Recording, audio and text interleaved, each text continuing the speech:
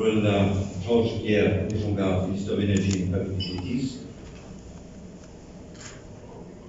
Member of Parliament, Sebastian Roy, distinguished panelists, present in the dais, dear guests, members of the media, Monsieur Matthias Delormina, MD Vivo Energy Mauritius, Vivo management team present here today, ladies and gentlemen, all protocols observed.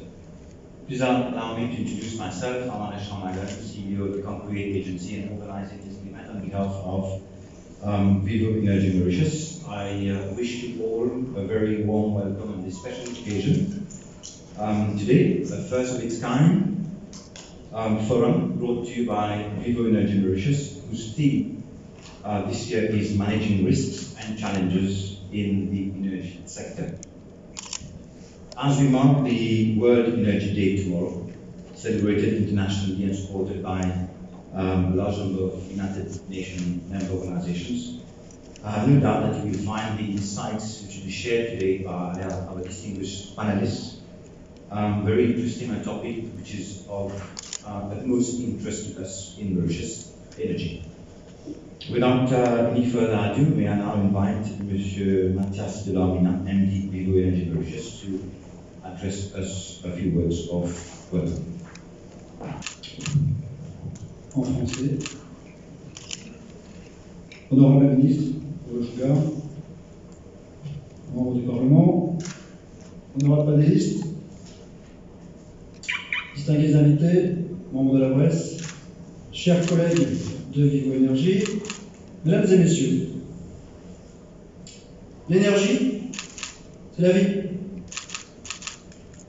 On part d'une énergie primaire, on part du vent, on part du pétrole, on part du soleil, on transforme, et puis on arrive à chauffer, on arrive à allumer son bouton de lumière, on allume sa bouilloire, on voyage, on construit, on produit des habits. L'énergie, c'est la vie. L'humanité a évolué par bonds successifs. Le premier bond majeur de l'humanité, c'est la maîtrise du feu. La maîtrise du feu nous a permis à nous, l'humanité, de cuisiner notre nourriture. Et à partir de là, d'extraire la valeur calorifique de cette nourriture, la valeur énergétique, et d'avoir du coup un cerveau qui grandit. Parce que je ne sais pas si vous savez, le cerveau est la partie du corps qui est la plus consommatrice en énergie. Et grâce à ce cerveau, l'homme a développé d'autres choses. Révolution industrielle, maîtrise de l'électricité, création du moteur. Et voilà où on en est aujourd'hui. Aujourd'hui, nous sommes des drogués à l'énergie. On vit avec l'énergie au quotidien pour tout. Et pourtant, comme un drogué, on sait que ce n'est pas forcément très bon, parce qu'aujourd'hui, on est conscient des impacts de cette énergie. Mais on ne peut pas faire sans.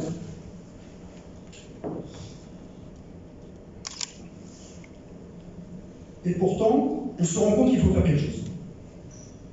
On sent qu'on est tous là à une croisée des chemins. Et en même temps, comme toujours, arbitrer c'est choisir, choisir c'est renoncer. C'est jamais facile, la transition. Passer d'un modèle qui fonctionne à un nouveau modèle avec toutes ces incertitudes, c'est compliqué. Et dès que c'est complexe, on a besoin de tous. On a besoin d'une approche globale. Alors à Maurice, aujourd'hui, on est extrêmement bien loti. Pas de problème d'énergie, un réseau extrêmement stable. On s'en réjouit. On aborde avec beaucoup d'optimisme cette transition, mais ce qui est important, c'est que tous autour de cette table, qui sommes là aujourd'hui, je vous remercie, qu'on soit tous conscients potentiellement des risques que comporte cette transition et de comment ensemble on permet que cette transition soit réussie et que les risques potentiels que porte ce changement soient bien gérés. On parle de futur, on parle de transition, j'aimerais quand même qu'on parle aussi un petit peu du présent. Dans le temps, il y a le temps court, il y a le temps long.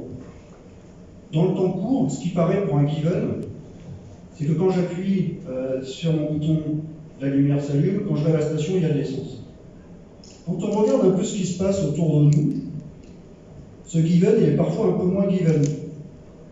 Je crois qu'il y en a qui rentrent grâce aux avions d'Angleterre, le défaut de travailleurs étrangers font qu'il n'y a pas de chauffeur pour amener l'essence aux stations.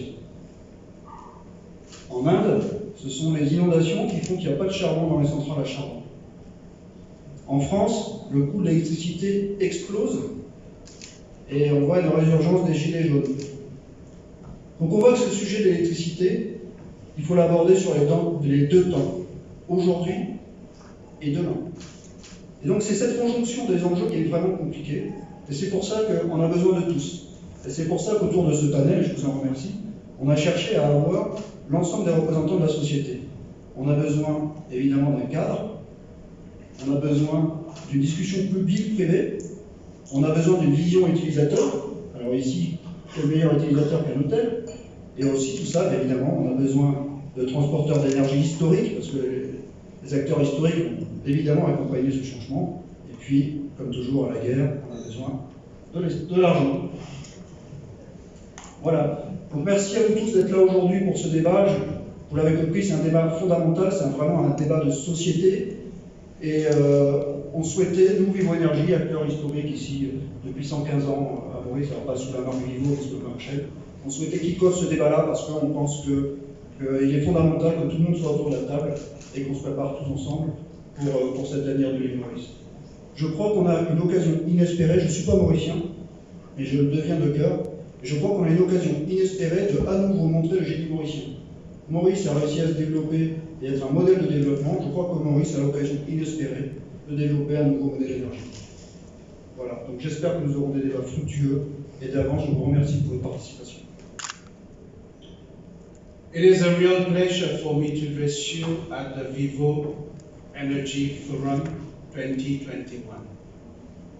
As stated by the Managing Director of Vivo Energy Mauritius, this forum is taking place coincidentally on the eve of one of the major events of the energy sector, which celebrates the World Energy Day on the 22nd of October. And my ministry will mark this special day for the first time tomorrow. I must say, ladies and gentlemen, that the energy sector, particularly the transition to clean energy, is currently at the forefront of a number of global discourses and will be extensively canvassed at the upcoming COP26 conference to be held in Glasgow in a few days' time. And Mauritius intends to participate actively at the conference and advocate for international support with due mention to the case for small island developing states. We have recently submitted our nationally determined contributions to the UNFCCC as part of our efforts to address the adverse impact of climate change. These intentions are very ambitious for a small island as Mauritius. Inaction is no more an option. The government has taken several actions to minimize the effect of climate change on our island. Ladies and gentlemen, nearly 2 years ago, the world discovered the COVID-19 pandemic, and all countries have been impacted. Nous étions tous à genoux. Les grandes puissances mondiales développées ont énormément souffert. Les effets sanitaires et économiques se font toujours sentir.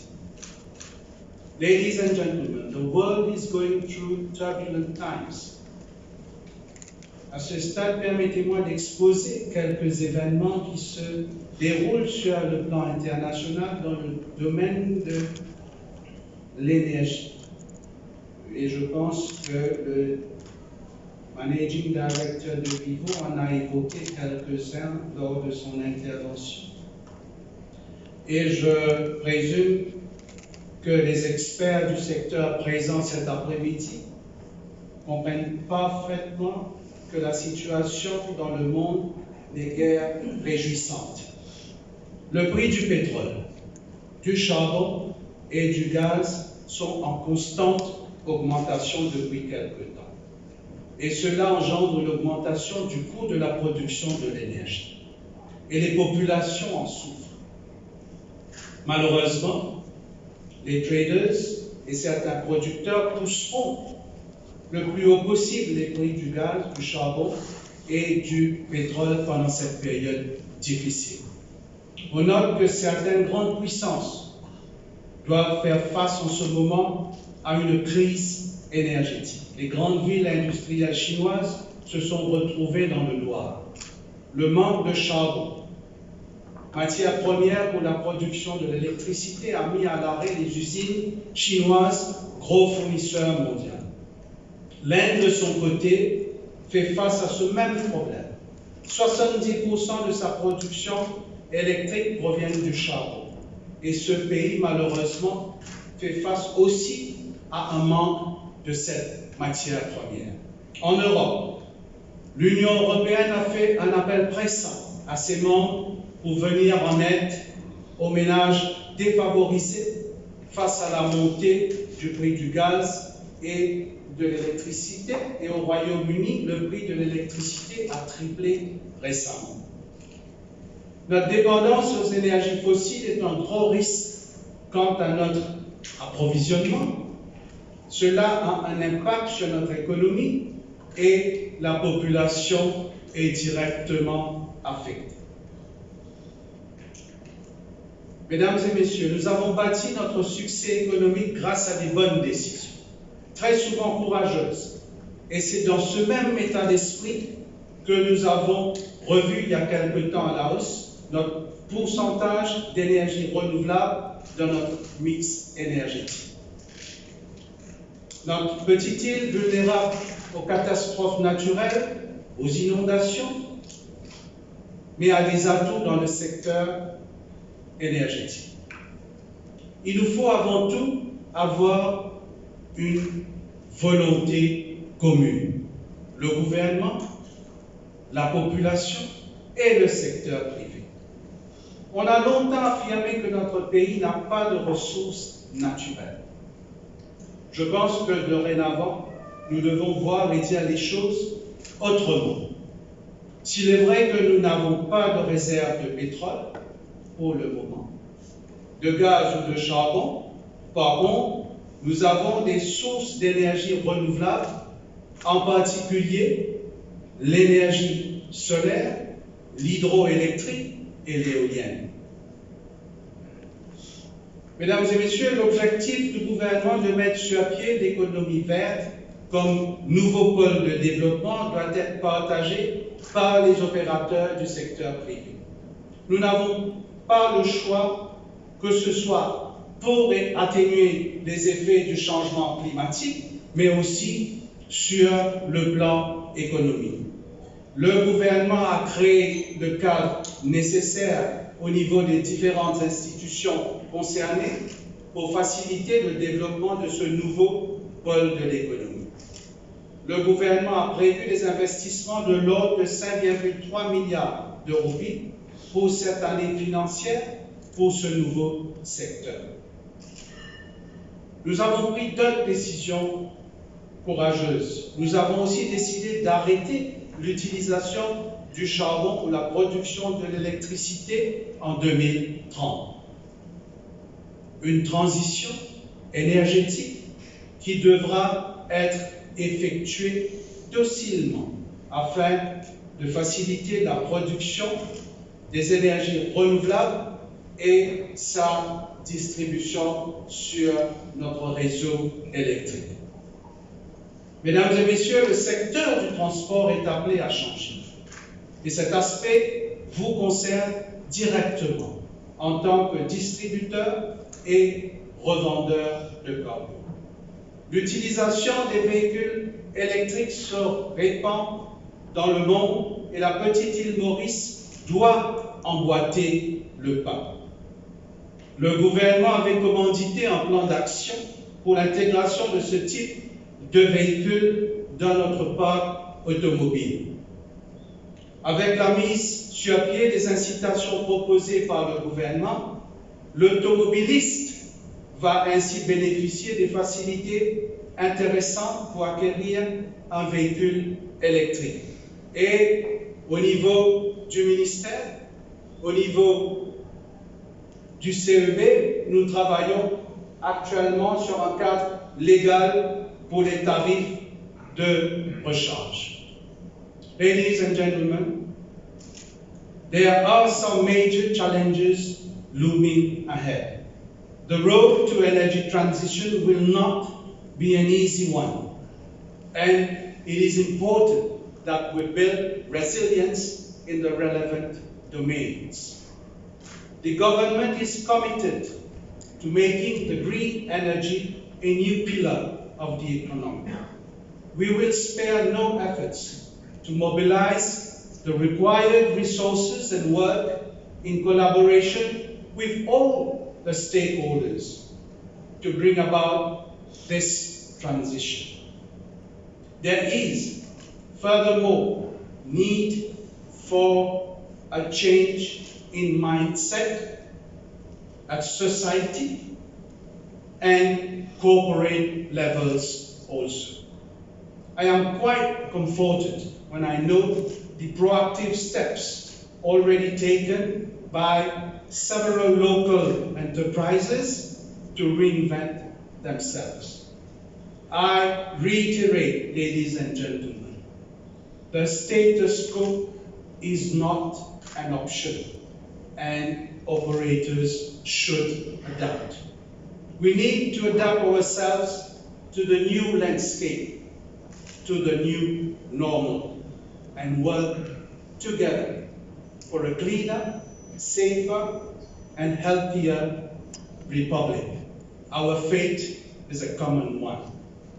Before I conclude, I humbly invite the panelists to discuss on the pertinent issues I have raised in my speech, and I thank you all for your attention.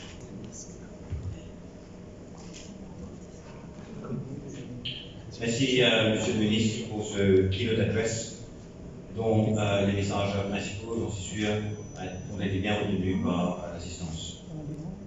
Notre forum d'aujourd'hui durera environ 45 minutes, suivi d'une session questions-réponses d'environ 15 minutes à la fin. Donc, vous découvrez un peu nos panélistes au travers des questions-réponses. J'ai le plaisir maintenant de vous présenter nos panélistes qui ont bien évidemment accepté d'être présents et de participer à ce forum, le Vivo Energy Forum. Donc, ladies first. Evita Hakan. Evita is Chief Sustainability Officer, the Lux Collective. She's a member of Stakeholder Council of the Global Reporting Initiative, GRI, provider of the world's most widely used standards for sustainability reporting, the GRI standards. She's also the co-vice chairperson of the board of United Nations Global Compact Mauritius and Indian Ocean Network.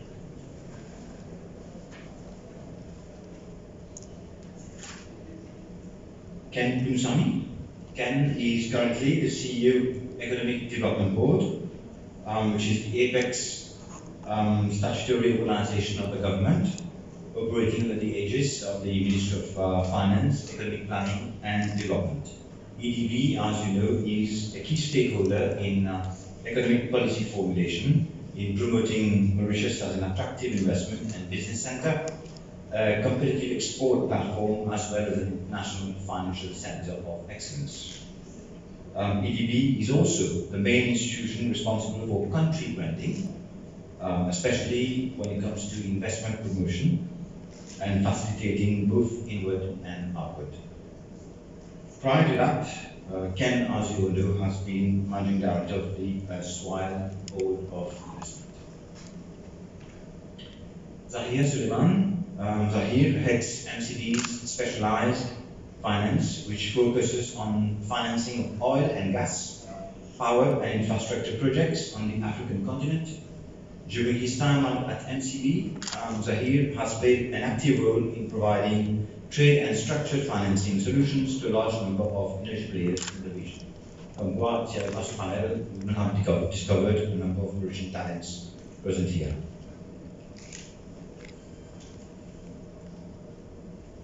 I'll save the best for last. Kevin, I'm calm.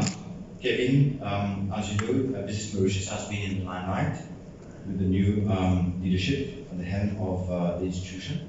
Kevin is the CEO of Business Mauritius, the apex organization of business community on public-private sector dialogue and industrial relations. He was former director of the Mauritius Tourism Promotion Authority and director of new business development of the then Port of Investment. Kevin has over 20 years of experience, executive experience in Mauritius and internationally. He was awarded both the State Scholarship of Mauritius and also the US Fulbright.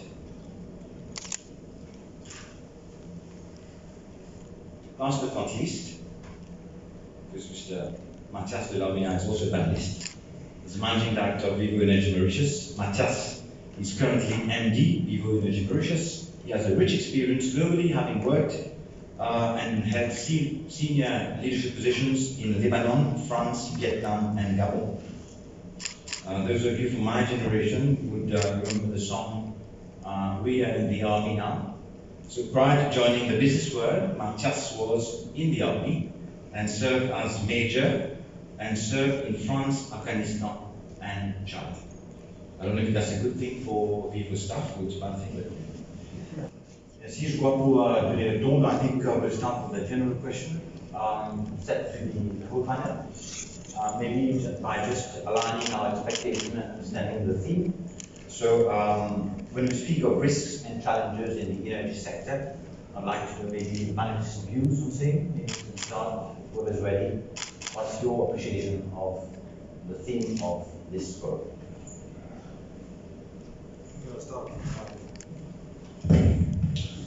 I think if we look at recent events of international energy markets, as our honourable minister mentioned, Brent prices going up with no end in sight in this price rally. Coal prices going up, prices of natural gas going up, causing major disruptions in energy supplies. The question that begs is, are we getting, or can we improve the balance globally that we have between short-term priorities in supplying energy markets and long-term priorities? It is evident we need to plan for the long term and act now in terms of creating new renewable energy sources. And we also need to make sure that the current requirements in the short term, very short term, are being met. So finding that balance is probably, and to my mind, the biggest challenge that we have today. And then while looking for that balance, there are many risks that need to be addressed. But finding an equilibrium between short-term targets and long-term priorities is key. Thank you, David. Anyone would like to? If I may, I'll go a little bit further than what has been said. I think that the risk and challenge of the energy sector is linked to the climate change issues of the world. Energy is the biggest contributor to the carbon footprint. And we understand now very clearly since the IPCC report that we have to change it. I think both Mathias and the Minister in their allocutions have been talking about this urgency.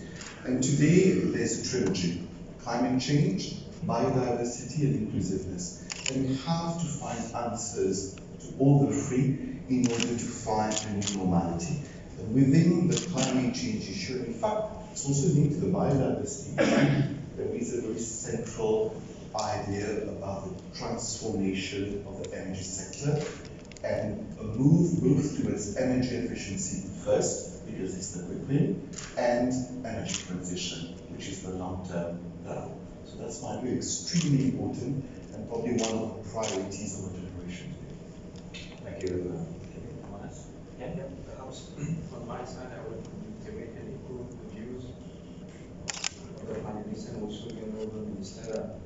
Affordability, cost effectiveness, and also making sure that intermittent supply of electricity is managed is one of the key challenges for us.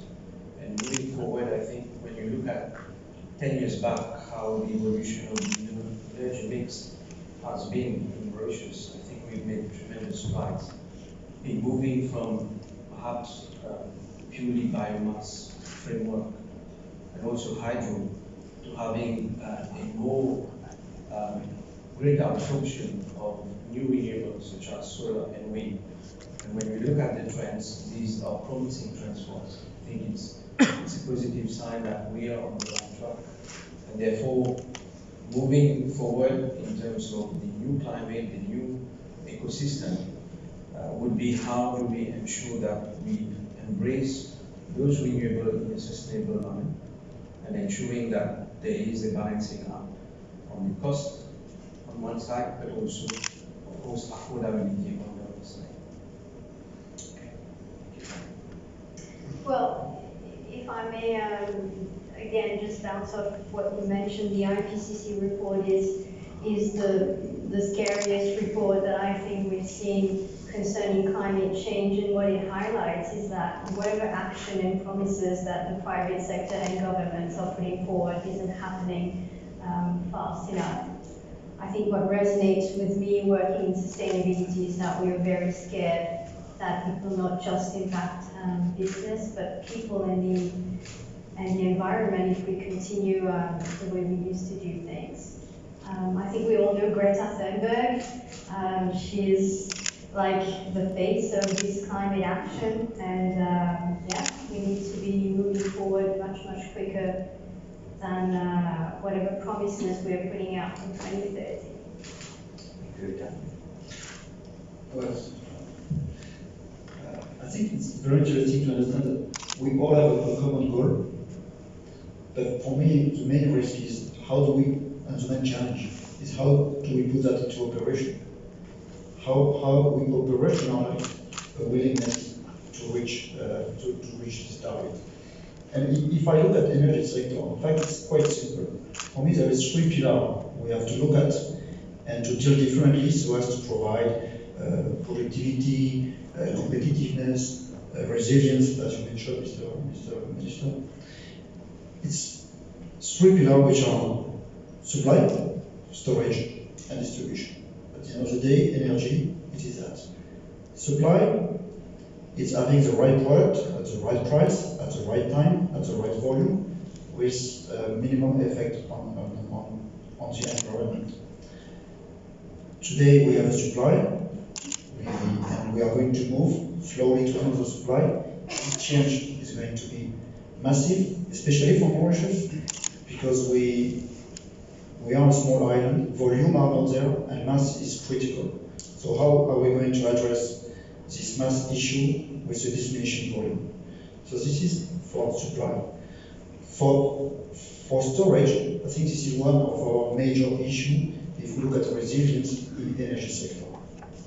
We are starting from something which is operating very well with strategic storage that provide a resilience against any events unforeseen. How are we going to store enough electricity or energy with non-pilotage new source of energy?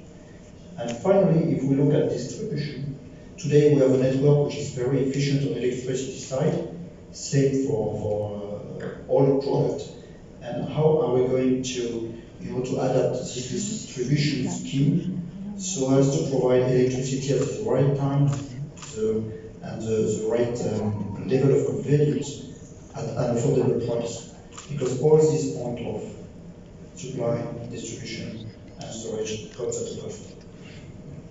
Merci Mathias. Pour reprendre sur ta réponse, the energy sector, in particular petroleum, has always been associated with risks. Can you share with us maybe some of the risk management approaches at Vivo, to the extent possible, any best practice du point de vue du groupe? Ce qui est sûr, c'est que en général, quand on parle de produits pétroliers, on est souvent associé au risque. Donc le risque, ça fait partie de notre ADN. Faut voir qu'on est l'industrie aujourd'hui pétrolière, c'est une industrie de masse, comme je le disais tout à l'heure, et donc en fait, c'est vraiment la question, c'est l'industrialisation de la gestion du risque opérationnel. Et donc pour gérer cette industrialisation du risque, je pense que ce qui est le plus important, c'est vrai pour le pétrole, mais ça sera vrai demain également pour les nouvelles sources d'énergie. Je pense que c'est la gouvernance. C'est la gouvernance qui vraiment cadre la manière dont on va contrôler la manière dont on travaille. Donc quand je parle de gouvernance, c'est mettre en place des outils pour gérer pour suivre la gestion des risques. Juste pour vous donner un exemple, vous me demandez comment ça marche chez Vivo Energy. En matière de gouvernance, l'impact HSSE fait partie intégrante du calcul du bonus, par exemple. Et donc, un problème HSSE met votre bonus à 0 en fin d'année si jamais vous avez un problème. Donc, en matière de gouvernance, je pense que c'est assez fort quand même.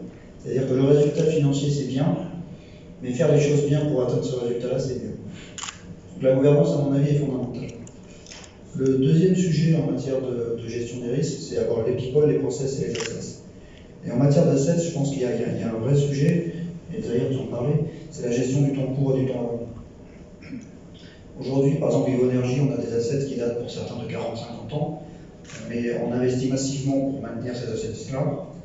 En matière de transition, il va quand même falloir à un moment donné continuer à maintenir ces assets-là, tout en investissant sur les donc là va venir la question des investissements. Et le troisième point en matière de gestion de risque, à mon avis, qui est importante, c'est la formation, c'est les people. Tout à la fin de la journée revient sur les people.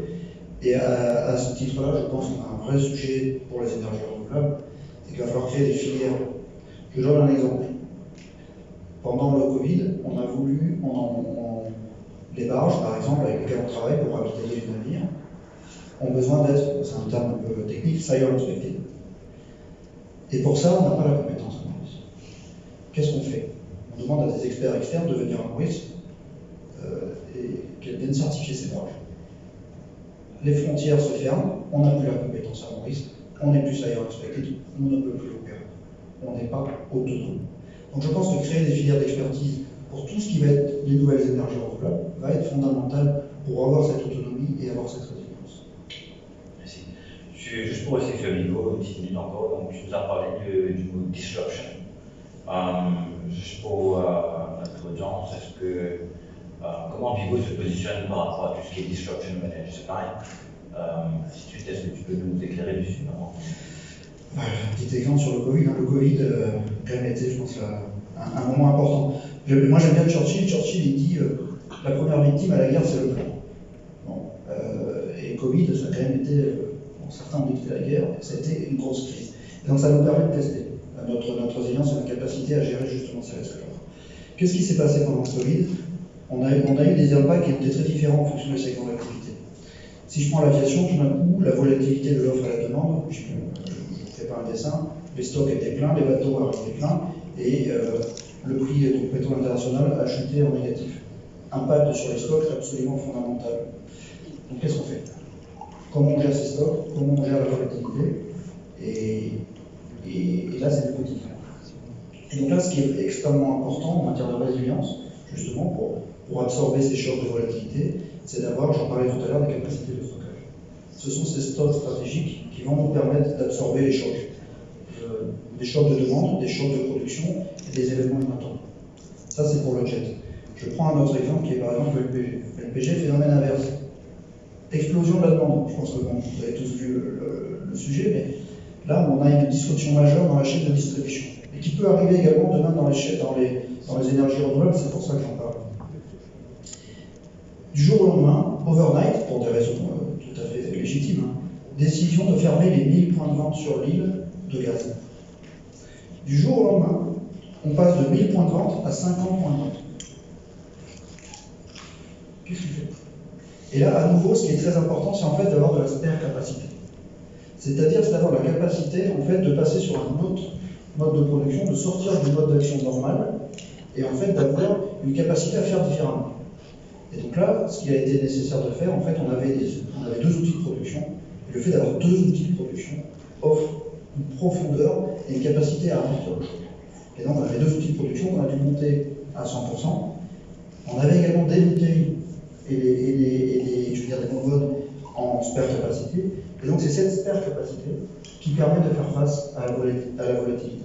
Et donc demain, si on transpose un peu ce modèle-là sur des énergies non renouvelables, quel est le modèle qu'on construit face à des sources d'énergie non pilotables dont on ne maîtrise pas la production pour avoir en permanence cette spare capacité, cette capacité en fait à faire face à l'inattendu. Demain, un cyclone, plus d'éoliennes, plus de solaire, quel est mon fallback position? Et ça, ce sont des choses qu'on va construire ensemble. Très bien, merci Mathias. Peut-être profiter de ce moment, maybe Kevin, Business Mauritius, very much in the limelight since yesterday.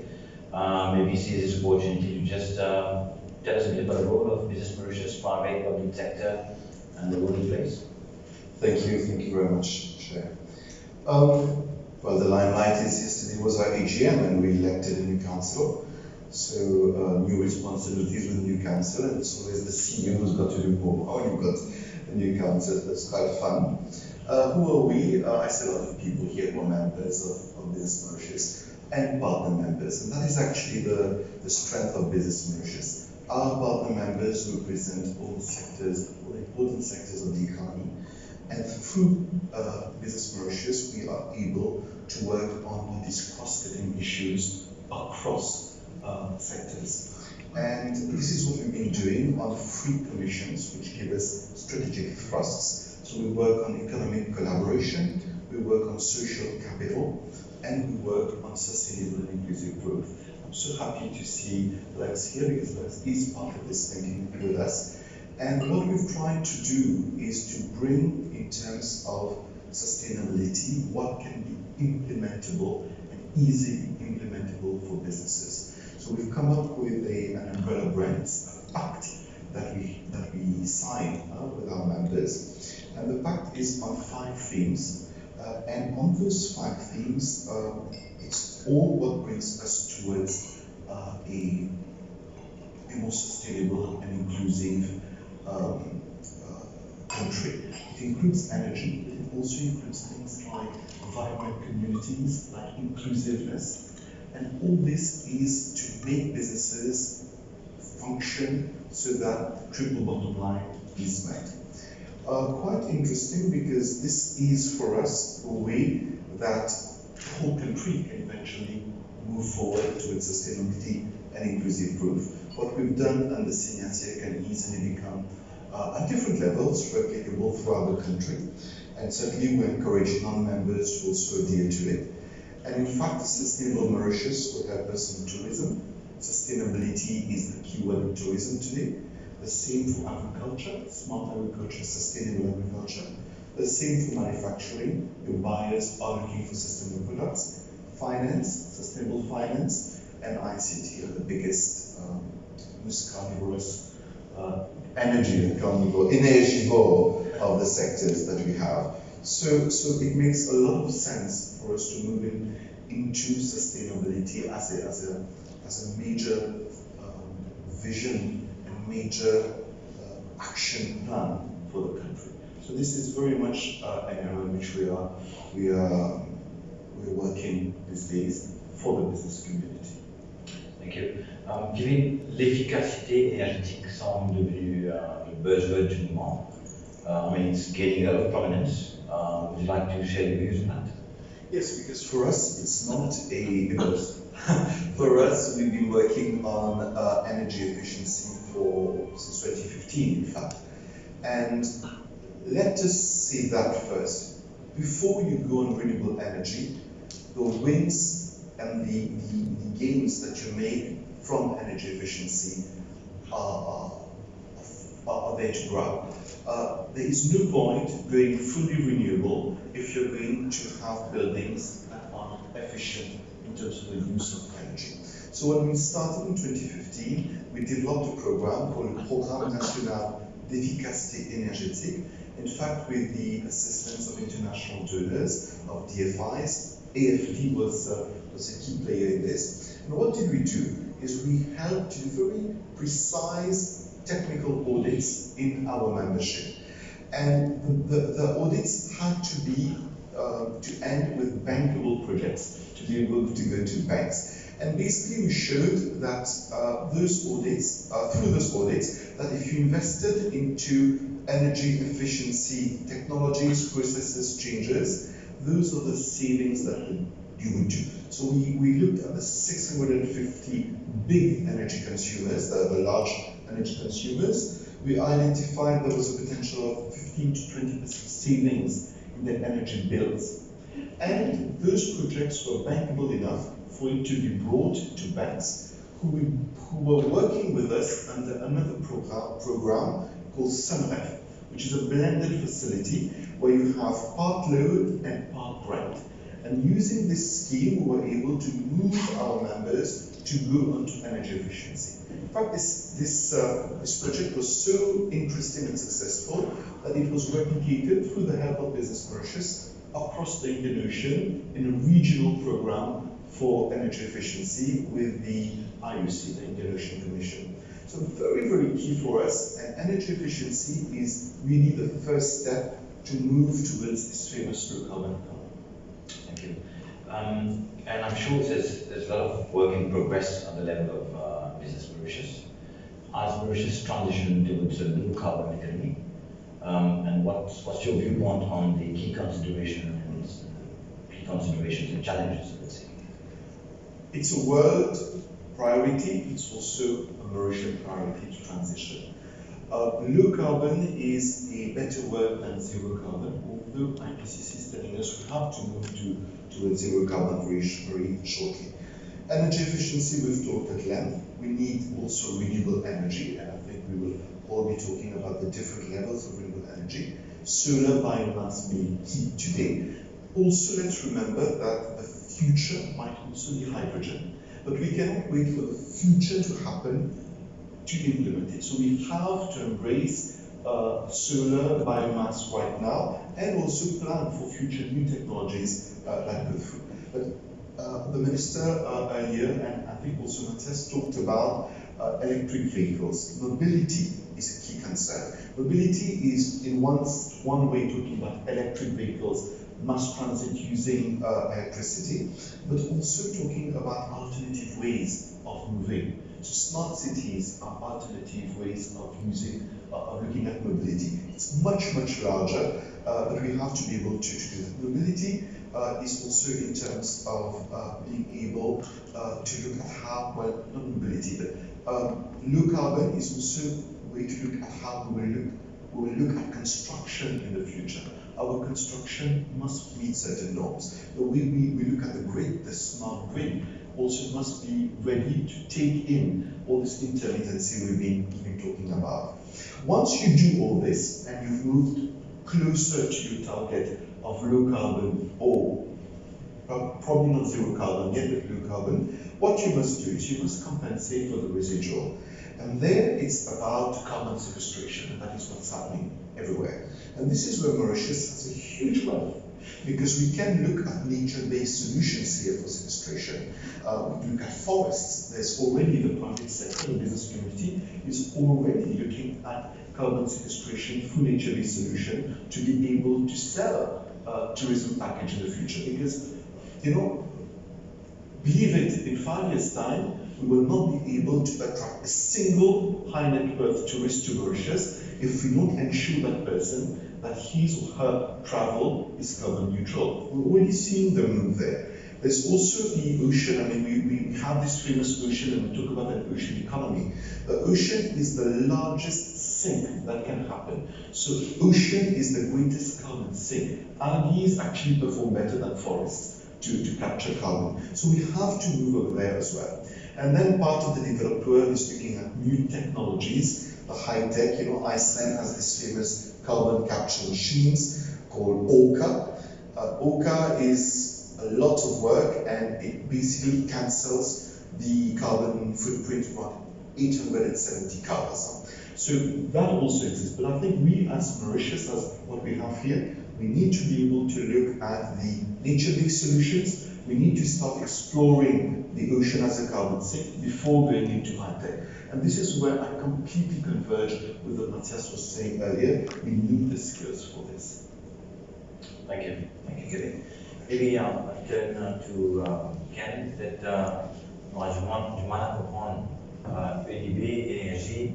Maybe you can tell us a bit where ADB fits in the energy landscape, and maybe you can share your insights on that. Yes, well, thank you. I think when we talk about energy, it cannot be dissociated with economic development, because whatever we do, there's a clear link. Last year, when we had the pandemic, with a contraction of 14.9% of GDP, energy consumption down by 10%. So there's a clear link. Therefore, for us, for investors, predictability and also reliability of supply of energy is at the core of what we do. So from our perspective, of course, we are looking at how the government strategy and vision of going towards renewables and the target set could be achievable, both from a government perspective in terms of public sector investment, but perhaps more importantly, how we can mobilize private sector to get involved. So for the last 10 years, I would say we've been closely associated with facilitating, supporting, and encouraging projects linked to energy. And I was saying earlier, and I would like to underscore the fact that the energy mix has been changing. It has been a dynamic process from back in 2011, when the energy mix was really, when we talked about renewables, there was biomass and hydro. And when we look at the situation today, we look at, of course, there has been an increase in terms of energy patterns in energy consumption. But when we look at the energy mix, there has been increases in terms of the renewables, not so much in terms of biomass, bagasse, for example, or even hydro, but more importantly, wind and solar. And of course, there has been biofuels as well. So on that aspect, the EDB has been intervening quite strongly, I would say, in terms of facilitating those projects, providing support, and encouraging once there are the open tender policy by the CEB, and once there is an energy supply and purchase agreement in place, the EDB comes in to facilitate in terms of land acquisition, in terms of granting land conversion permits for those projects, in terms of providing investment and capital allowances for those projects to make them happen. And perhaps one trigger point I would say also is, might be insignificant, but the fact that for certain of these projects we've managed to give land conversion on leasehold rights projects, reduces tremendously fixed cost for private sector investors, because eventually the lease rates are much lower. And we're now looking at how we can continue and accompany the ambition of government to get into zero coal by 2030. So that will require tremendous efforts. It will require mobilization of private sector investment to a large extent, and therefore the ADB is fully geared to support those initiatives. Thank you, Ken. And coming back to the subject of low carbon strategy of Mauritius, anything you'd like to maybe add on to what has been said? I think for us, there are certain aspects, certain challenges in terms of low carbon. We need to look at, of course, the base load and how the renewable energy would be able to get into the grid. I'm not an expert on the technical matters, but the experts are telling us that we need to be careful and prudent in terms of the approach. So when we look at low carbon, it would also imply how do we make sure that gradually the grid can absorb the renewable energy sources, but which will support the base load, not so much intermittent supply. So the investment that is being made by government in terms of storage facilities are in the right direction. The creation of certain elements like giving us highlighted in terms of energy efficiency. How do we make sure that people consume less of energy and work most amount? How the private sector will embrace, perhaps we have seen it, in fact in 2015 when we crafted the smart city regulation, we included certain renewable sources obligation in the guidelines to make sure that the private sector really not only energy, it could be water consumption, it could be other aspects of efficiency. So these are some of the points perhaps we should look at. Thank you, Ken. Maybe I'll turn to EBITDA, and I think we all know we've been down for the last 18 or so months, the tourism and hospitality sector. From your point of view, what would be the risks and challenges related to energy in your area? Well, it's true, we've been down, like all other sectors, I believe, because of the pandemic. Everyone has been impacted on an individual level, and this collective awakening happened, unfortunately, thanks to a pandemic. We've been on this journey to transit to a more sustainable energy mix since before then. So back in 2019, there was a reminder sent out to all governments and the entire private sector worldwide to realign with this trajectory, which we call the 1.5 degrees Celsius trajectory. We all know that, as I said before, we aren't moving fast enough. It's becoming even more apparent and obvious that we are on target to reach 2 degrees Celsius by 2030 or 2040. We understand in tourism the urgency to build that resilience, not just for our business, not just for the sector, but for the entire destination. We operate in the vulnerable islands, in the small islands, so we operate in Mauritius, Reunion Island, Maldives. We of course have an entire development strategy for Asia Pacific, but the core of our business is located in Mauritius, so we have every interest in participating in these discussions and finding out how we can probably inspire and at another level understand and learn from others how we can make that happen.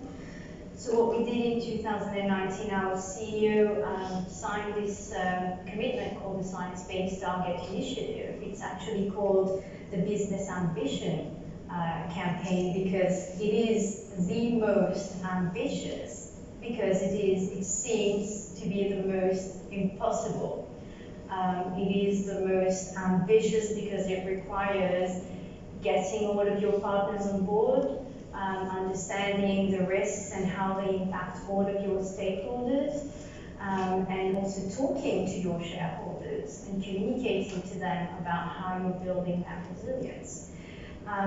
So the Lux Group has been measuring its carbon footprint since 2013. We didn't wait for a pandemic. We didn't think we should wait. We didn't think we should be scared of that challenge. So the entire leadership team of the Lux Collective and Lux Island Resorts, which is our sister company, we already embarked on that journey, and that's part of the communication, as you said, when we sell tourism packages. We have a flagship project for that. It's called Tread Lightly. Obviously, it's about having the lightest footprint possible when you come to Mauritius. So we've got these collaterals in rooms that talk about the project to our clients, and before they make their booking, we inform them about this plan that we have to include a contribution on their invoice when they check out. And with this, it's a voluntary contribution, they get to opt out. And a lot of them do not opt out. So we know that guests want to see this from the tourism sector. It's always seen as something that is that costs more than it actually yields for a company, but it's not the case, because in 2018 we reached 1 million participating guest nights, so it's €1 per guest night. And we reached 1 million, we've exceeded that, and now we've got a lot of bookings coming in with the reopening of Mauritius. And people are even more aware of this need. So when we're talking about managing risk in the energy realm, we don't just go out there and tell the guests that we want you to contribute €1 per night and we'll offset the footprint of your stay. We'll promise you a carbon neutral stay. But we also have to explain what we are doing as a business to build that resilience. So we have to talk about all of the photovoltaic projects that we have, and we're very proud that in 2018 we inaugurated the world's largest floating PV plant in the Maldives, and that's because the government is very open to these kinds of initiatives there. I believe it will happen for Mauritius as well. We've already applied for PV projects permits, for all of our hotels in Mauritius. So, yeah, we believe all together with all stakeholders, that is how we manage those risks. No one can do it alone. Yeah. And as we transition towards, let's say, new energy mix, you're obviously an important B2B sort of stakeholder, the huge B2C impact. What's your viewpoint on, let's say, sustaining investment or the priorities towards that transition? Well, sustaining investment, of course, you've got a lot of funds coming from the European, from all of the G20 and G7 countries, and that's the message that we had ahead of COP26, is that we need these most polluting economies to be thinking about their impact on us. We have this, of course, this international presence and an international footprint, and we have to use that in order to talk about the case of the vulnerable islands. Yeah. Okay. And any other perspective that maybe we say, apart from obviously it's your business, any other angle that energy is concerned with? Well, absolutely. When you're calculating your carbon footprint, and you're looking at your supply chain and taking those commitments with the United Nations, you have to involve your suppliers. So we're coming with this policy that is aligned with UN SDG 12, which is responsible consumption and production. So everything that Mauritius is so small, how much can we produce, and everything is imported. And yet we have to get creative, and we have to be bold right now and use this moment in order to serve this new mindset that travelers have. They want to see novelty. We've all been exhausted with the pandemic, and we're opening Lux Colbay, which is going to be it's going to be in the 6-star service resort. It's going to be the flagship of the group.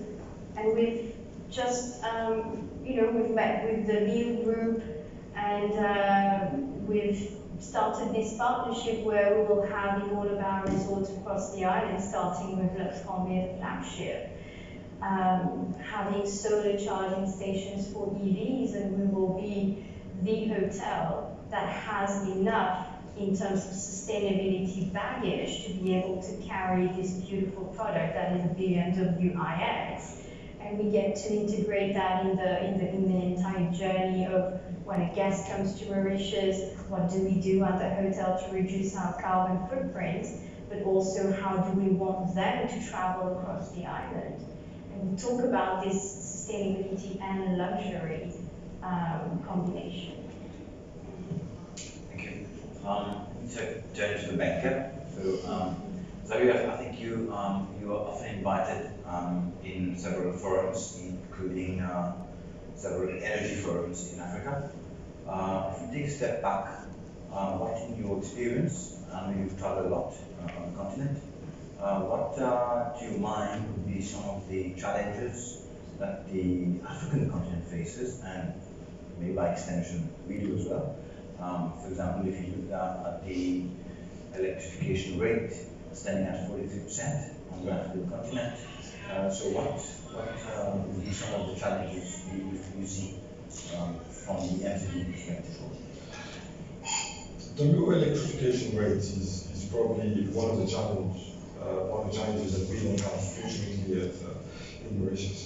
But one of the things that Africa has, and that we unfortunately do not have in the same quantity in Mauritius, is the abundance of natural resources.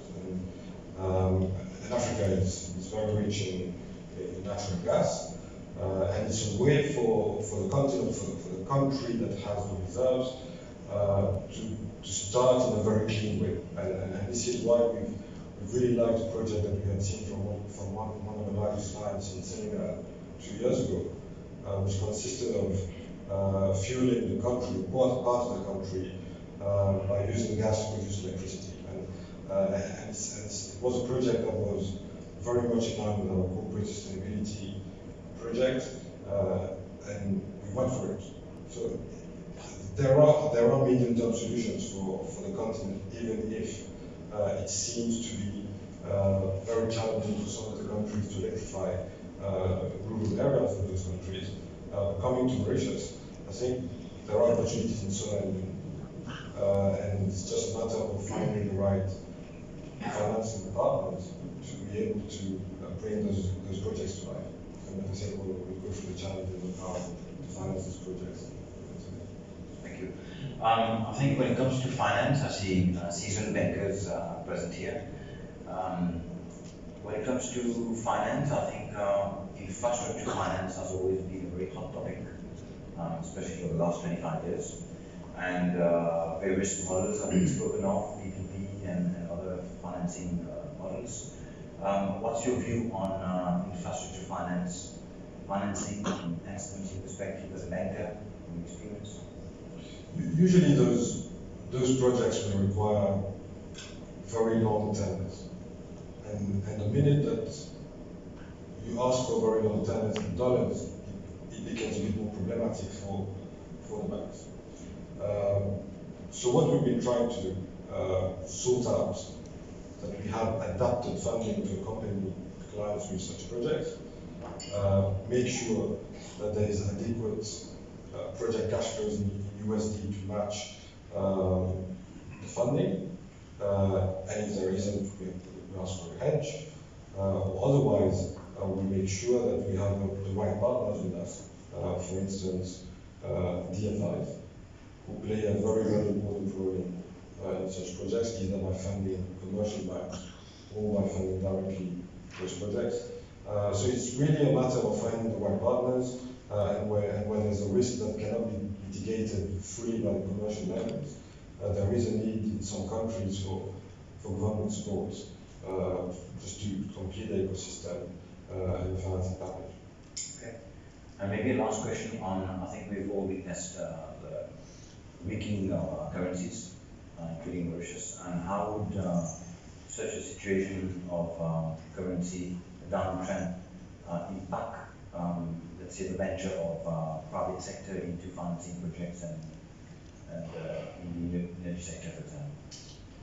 I think the first impact and the most obvious one would be that project costs go up immediately, especially if the raw materials for the project need to be imported. So that's the first impact. And the second impact is how do the FX depreciation of the host country impact the end consumer, especially if projects will contain a component where tariffs are indexed to USD or to Euro to protect the sponsors from FX fluctuations. So there's a need to balance project cash flows by indexing it to FX and by passing it through to the end consumer, because at the end of the day, if it's available and not affordable, it's quite self-defeating. So again, fine balance to find, which very often is achievable by basically hedging the FX risk. Thank you.